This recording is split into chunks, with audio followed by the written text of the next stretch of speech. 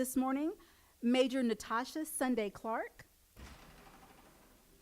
In September of 1997, Major Clark enlisted in the United States Army Reserves and continued to serve while attending North Carolina A&T State University.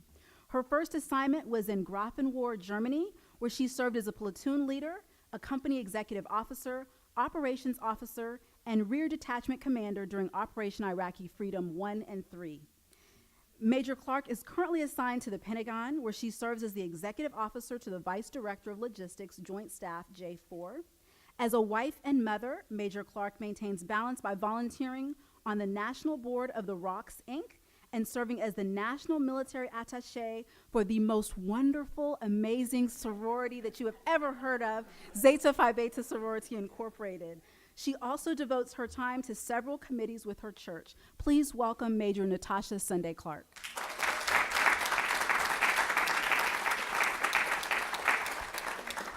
Thank you, Krista. I definitely love the sorority. Good morning, ladies and gentlemen. I'm Major Natasha Sunday Clark, a member of Zeta Phi Beta Sorority Incorporated. I serve as the sorority's National Military Attaché. Our organization, we represent our service women, DoD employees, and military spouses. In 2014, Zeta Phi Beta Sorority Incorporated partnered with the Women's Veterans ROC to help promote awareness to our military families in the areas of family housing, employment, education, financial stability, health, and wellness. I am so pleased to be with you today and have the opportunity to introduce our keynote speaker, Congresswoman Tulsi Gabbard. The task of introducing Congresswoman Gabbard is an honor and a great privilege. Congresswoman Gabbard's bio is truly remarkable. I found so many things about her. I read about her. I even had someone at work in my office to give me this grand scenario about who she was. So it was very humbling, ma'am. So your bio, it barely skims the surface of everything that you've done. Her many accomplishments and achievements. A representative from Hawaii, she has served in many capacities to include Hawaii Army National Guard, State House Representative, United States Senate's legislative aide, Hawaii City Councilwoman, and currently elected as a Democrat 113th Congress. She is a spouse and a combat veteran, where I think we both served together during one of the deployments that I've been on. She currently continues to serve in the Hawaii National Guard as a major in the 29th Brigade Combat Team. Congresswoman Gabbard has a great understanding of women serving in the military and a great appreciation of what it takes to truly make a difference in our society. Ladies and gentlemen, we are all in for a treat today. Therefore, without further ado, please join me in welcoming the woman with the aloha spirit, U.S. Representative for the 2nd District of Hawaii, Tulsi Gabbard. Thank you.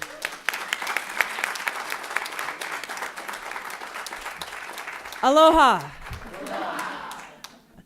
Take it with you wherever you go. You can't go wrong. It's wonderful to be here with you. When I got the invitation to come and share a few words with you, I mean, women vets rock. How can you, say no to that? Major Clark, you're very kind in your introduction. I hope you don't take this the wrong way, but when I see a fellow sister in uniform, I just made Major, you probably senior to me in rank a few months ago, I feel like I'm amongst family. And so I thank you for the opportunity to be here and be amongst family this morning. I want to leave as much time open for questions and to hear what's on your mind as possible. But I'll just begin by sharing just a little bit about my experiences and kind of how I came here. Growing up, I was not one of those kids who thought, well, I'm going to be in Congress one day, or I'm going to be this or that. Politics and running for office was something that I didn't give a single thought to. I was extremely shy and an introvert growing up. I've got a younger sister who was the opposite. She was the outgoing, extroverted one, and I took her with me everywhere and made her my spokesperson.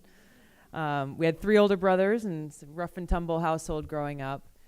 But ultimately, I learned from a young age the importance of service and how, in order to be truly successful and happy in life, The only and best way that you can do that is to try to dedicate yourself and your skills and what you have to offer to better other people's lives, to be of service to others. So, you know, as a kid, I didn't know how that would take shape or what that looked like in reality, but ultimately that has been that driving motivation for me as I've made the different decisions in my life, whether it be to get involved with politics or to join the National Guard, to volunteer for that deployment to Iraq with our unit, and so on and so forth. And that continues to be not only the motivation, but really the context within which I make decisions here every single day, and that drive me to represent my home state to the best of my ability. As I speak with and encourage other veterans to run for office across the country, I think it's unfortunate that I have found oftentimes veterans say, well, I don't think I'm qualified to run for office. Or for those who, you know, are taking a few steps towards making that decision, saying, well, I don't feel comfortable talking about my service. And I understand that, and it's hard sometimes to talk about it. But when you look at the unique experiences that you as veterans have, and the power behind that experience in order to impact our country, for our brothers and sisters in uniform, for our veterans, it's an incredible opportunity and responsibility, and represents leadership. It represents someone who is willing to put the mission first, who has taken that step of voluntarily serving and sacrificing for your country, putting yourself second. And so when you think about politics, ultimately that's where we want to go, is to get politics back to being focused on public service, highlight service. And I think it's, I know for myself, when I decided to run for Congress, it was my experience on my 2 deployments and in the military that was one of the primary issues that drove me to want to do this, because I looked at Congress and I remembered some of the frustrations and things that, you know, soldiers sometimes complain about when you're downrange or you're training. You're like, why is it like this? Or I wonder who has made this decision that has impacted us in this way, that doesn't appear to be in our best interest, that doesn't appear to best serve the needs of our folks, our family, our brothers and sisters. And once I started looking into it, I started to understand why. That in our generation, we have fewer veterans or people who have worn the uniform in any capacity serving at our nation's highest posts than ever before in our country's history. You know, I look at, I worked for U.S. Senator Daniel Akaka when he was the chair of the Veterans Affairs Committee in the Senate. He and our other senator at the time, they were both World War II veterans. And you look at kind of the peak of their service. There was nearly 70% of the House and Senate had served our country in uniform during one time or another. Contrast that with when I ran for Congress, I think it was somewhere around 12%. So as you look at a lot of the debate and the conversations that are happening in Washington around military benefits, compensation, education, health care, what to speak of the foreign policy decisions, and to me the most important decisions being made about when and where our troops are sent into harm's way, what wars we get into and what wars we stay out of. I can speak for myself and my peers here, Democrat and Republican, both who have served. If you have been there and you've seen and you understand firsthand what the cost of war is, you bring a very different perspective than those who have not been personally touched by it. And when you look at the numbers of people who wear the uniform, the less than 1% of our country, you see fewer and fewer people who have been directly touched by that. And the cost of war that's most often talked about in the news is loss of life, our brothers and sisters who don't make it home, our brothers and sisters who we carry with us every day, knowing that we came home and they didn't, and honoring their sacrifice. But the cost continues through the challenges that many of our friends are facing as veterans. The cost continues when you look at the impact on our readiness and our capabilities as a military today. The cost continues when you compare the trillions of dollars that these wars and these decisions have cost our country with people in Flint, Michigan who are being poisoned because of their failed infrastructure. So wherever, this is not about partisan politics. It's not about taking one side versus another side. It's about people understanding what the impact of these decisions are. And that's where I think it's so powerful to have you here on the Hill, to have more veterans and more female veterans in particular. There's only 3 of us out of a body of 535, if you count the Senate together with the House. 3. Need I say more?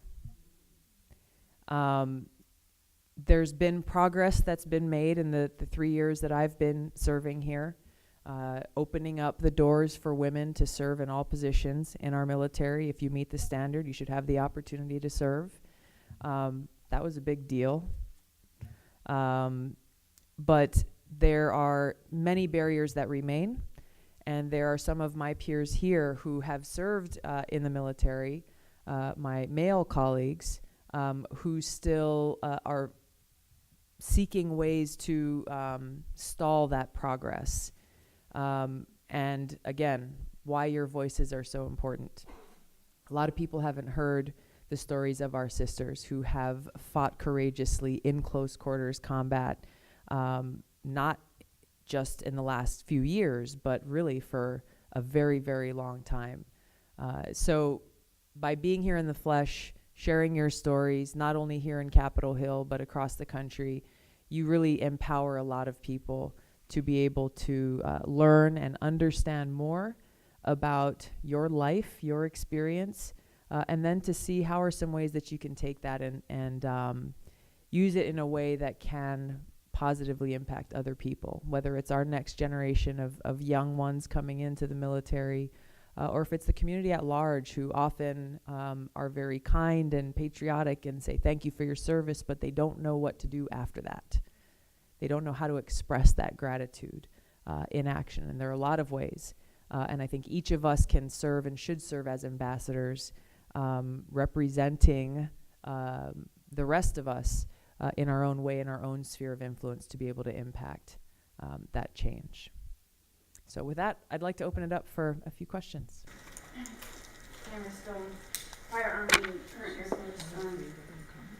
That's pretty much my goal, what you're talking about, raising awareness to the community. I try to tell people all the time exactly how many women are in the military. They all know there's some women in the military, but they don't know the extent. There's 280,000 deployed to Iraq and Afghanistan, 33,000 to Desert Storm, 600 were wounded, 161 have died. Like, those are the kind of stats we need to tell people and let them know, the rest of the community, that there are a lot of us. And like you're saying, I'm just echoing what you're saying. I agree, wholeheartedly. Good. Thanks for doing it. Hi. Hi, I'm Julia Torres, Sergeant, Disabled Veteran, Operation Desert Storm. My question is, and perhaps there's a suggestion also, we need to get more female veterans involved. This is obvious because we are continuing to grow. More female veterans are getting involved, but there's so much lack of care from the VA when you transition or when you come back. It's very dispiriting, especially with women committing suicide. I mean, this is unacceptable. And the fact that a veteran calls and nobody answers, a suicide hotline, I mean, to say, this is gravely unfortunate, excuse me. I mean, that's beyond that.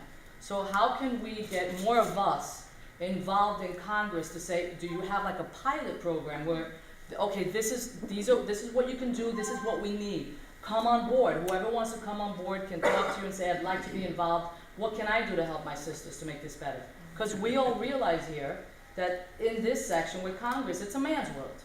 And there's too many of us not to say anything. And I believe, and I know a lot of my sister veterans believe, there's strength in numbers. So we need to band together. So is there something that you can tell us that, okay, right now, today, can we sign something with you, a petition that says we want to get involved, and how can we get involved? Yeah. Great question. Action-oriented, what do we do?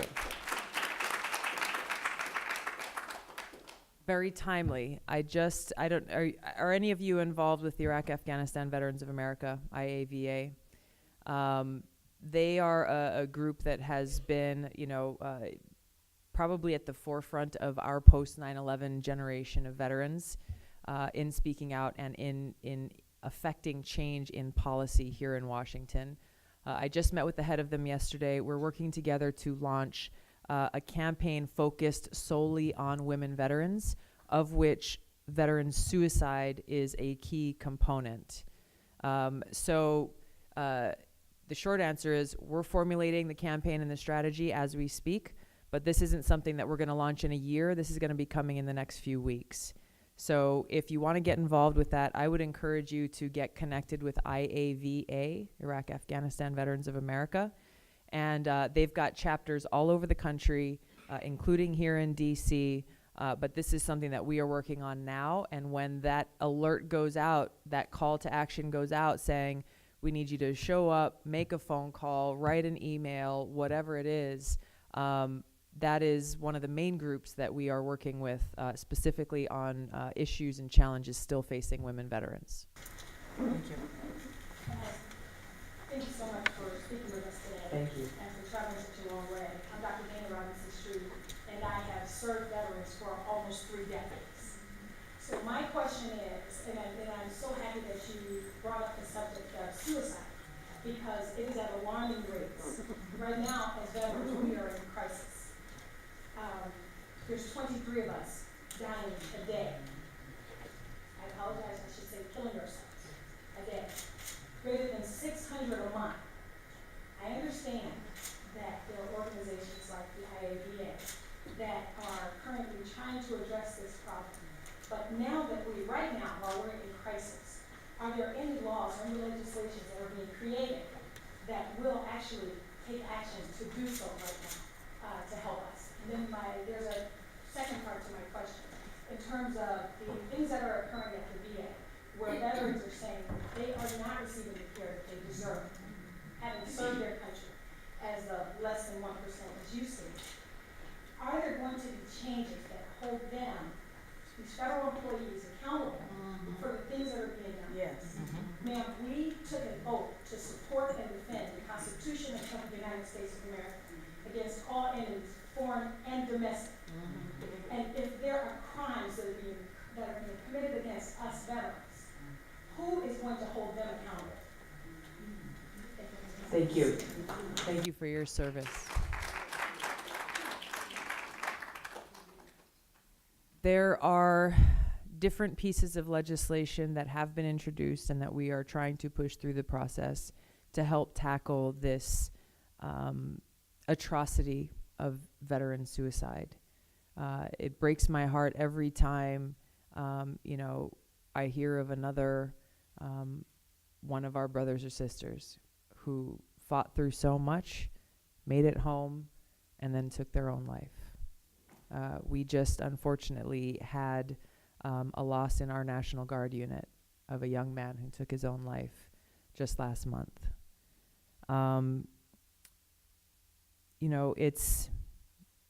This is a challenge that has to be tackled from multiple fronts. Unfortunately, there's not one single thing, one single action that can be taken that we know will solve this. It has to be attacked from multiple fronts, and that's what we're trying to do. There are still many barriers that exist within the infrastructure, in particular within the VA. A buddy of mine who I went through OCS with just reached out to me the other day. Hua infantry, CIB, all the way. Somebody who for years I have been encouraging to ask for help, knowing that he needed it, and he refused every step of the way. And he sent me a text message the other day saying, I finally allowed myself to pick up the phone and ask for help. And he got a voicemail. He had to leave his office and walk out of the building, and he broke down in tears. Something that this tough infantry guy supposedly never does. So, these are things that are hitting us at home very personally. and that we are trying here in Congress in multiple ways to take action to change and to fix. So that at the very least, look, I can call United Airlines to try to rebook my ticket and know that I'm going to get a live person who can help me. It is absolutely ridiculous that we can't at least guarantee that someone will answer the phone when you call and ask for help. The accountability piece is critical. The VA has grown into this beast of an institution where the bureaucracy gets in the way of what their stated mission for existence is. And it self-perpetuates, unfortunately. I think the secretary who is there, Secretary McDonald, he has good intentions. I've spoken to him from the time that he first took that position. But the thing that I told him from day one was, don't come to Congress and say that there are all these laws that prohibit you from enacting change. Come to us and say, here are the barriers that exist that are preventing me from holding people accountable, from reconfiguring the system so that it actually works to serve the customer, the veteran. Which is what he said. He said, I want to treat this like I treated my private sector business, where the customer's happiness and satisfaction is our number one and primary goal. We haven't seen enough of those, that feedback or those changes occurring.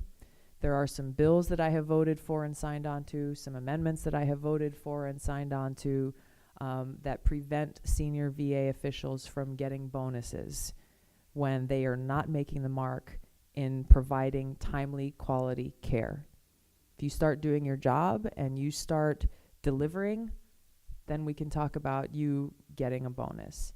But what we have seen is, especially in some of these cities where there has been blatantly exposed abuse of power and position, people are getting thousands and thousands of dollars in bonuses and working the system for their own personal gain. This is going to be a long fight. But again, this is something that can't happen in isolation in Congress. So many of the changes that we were able to enact over the last year happened because they were brought to light, they were exposed in the media, and there was an uprising and an uproar from veterans as well as the community at large saying this is absolutely unacceptable. And that din, that roar, that noise needs to continue. We have one back here.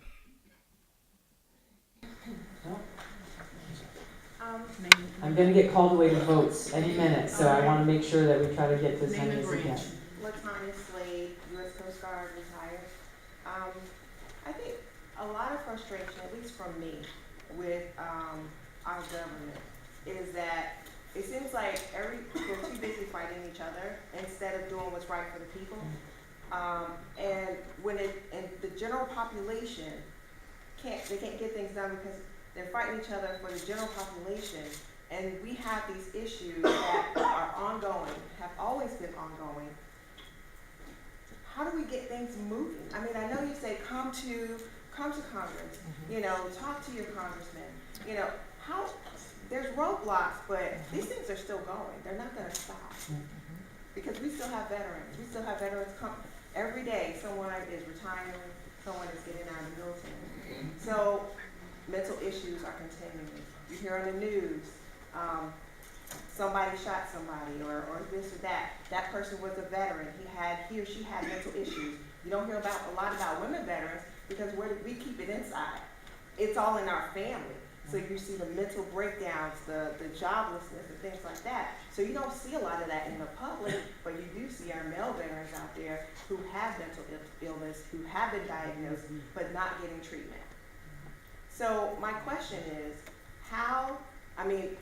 along with the question that was asked before, something has to give now. Yes, it's a slow process, but it can't be that slow. We have to do something now. And I understand in our communities, we have to work in our communities. Great.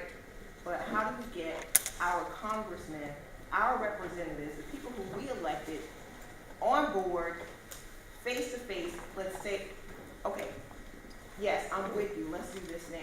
What do we do? How do we get that going? Because it doesn't stop. Yeah. Well, so there's I guess there's a good news and a good news answer to your question. Obviously, if it were easy and working, it would have been done. The gridlock here is real. You're absolutely right. The partisan bickering gets in the way of progress, where people are more concerned about, well, did a Democrat sponsor that or a Republican, when that shouldn't matter. The good news is, if there's any issue that can transcend that, it's veterans issues. So that's where the opportunity is. So the second part to that is, okay, well, if this is the space where in this political climate we actually have an opportunity to pass something when very little is getting passed, how do you make that happen? Don't discount the power in your single voice. I have seen, and even more so when you're organized and speaking out, I have seen large pieces of legislation that were about, they were hours away from hitting the House floor for a vote, seemingly foregone conclusion. There would be some opposition, some concern, but the bill's going to pass. And within that few-hour time span, Twitter, Facebook, phones, emails blew up because people were like, hold on a second. There is something in that bill that is not good for our democracy and our country. And people spoke out about it. The bill ended up failing. Complete turnaround. Didn't have anything to do with one party weighing in or another, or special interests or lobbyists. It literally was grassroots, people speaking out using every single medium possible. So, when you look at some of these very specific changes and reforms that need to be made within the VA, that's the way that we can force that action, because odds are you're going to get the consensus on the issue amongst both Democrats and Republicans in Congress. It's just a matter of saying, okay, well, how do we push this to the top of the deck so that if you're working on anything, you're working on this, and this is going to get through. I'll give you one example of an issue that is coming up, and that your voices are going to need to be heard on. It's unfortunate that as some of these proposals come through, again, they're largely coming from people who have not served, to peel away military benefits and compensation to pay for X, Y, or Z is unacceptable, but they will do it if they think no one's watching. So, the post 9/11 GI Bill did a great thing in that it allowed active duty service members or people who qualify for the GI Bill, if they don't use it or have need for it, you can pass it on to your dependent, right? And that comes with a BAH benefit.